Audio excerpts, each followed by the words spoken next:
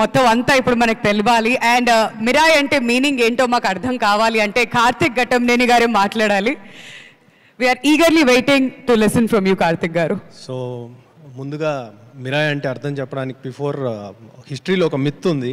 అశోకుడి దగ్గర 9 పుస్తకాలు ఉన్నాయి, దాన్ని ప్రొటెక్ట్ చేస్తూ 9 మంది యోధులు ఉన్నారు, వాళ్ళు ఇయర్స్గా దాన్ని ప్రొటెక్ట్ చేస్తూ వస్తున్నారు అని. అవి ఇంకా ఉన్నాయని ఒక మిత్, వాటి మీద చేసిన సినిమా ఇది. సో మిరాయ్ అంటే ఆయన శాసనం, think from a past for the better of the future అని.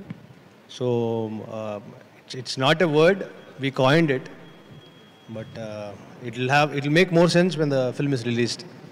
ముందుగా ఈ సినిమా విషయంలో before Hanuman and Eagle release అవ్వకముందే ఈ సినిమా ఒప్పుకున్నందుకు విశ్వ గారికి thank you so much sir. It's a very ambitious film and lot of sequences we're still finding ways to shoot it. So నేర్చుకొని చేయాల్సిన film and lot of things are learned in the process. And 10 yearsగా ఈ సినిమాతో ఒక మనిషితో travel చేస్తున్నాను, తేజు. ఇప్పుడు 2015-16లో ఆ సినిమా నేను చేస్తున్నప్పుడు ఈ ఐడియా చెప్పాను.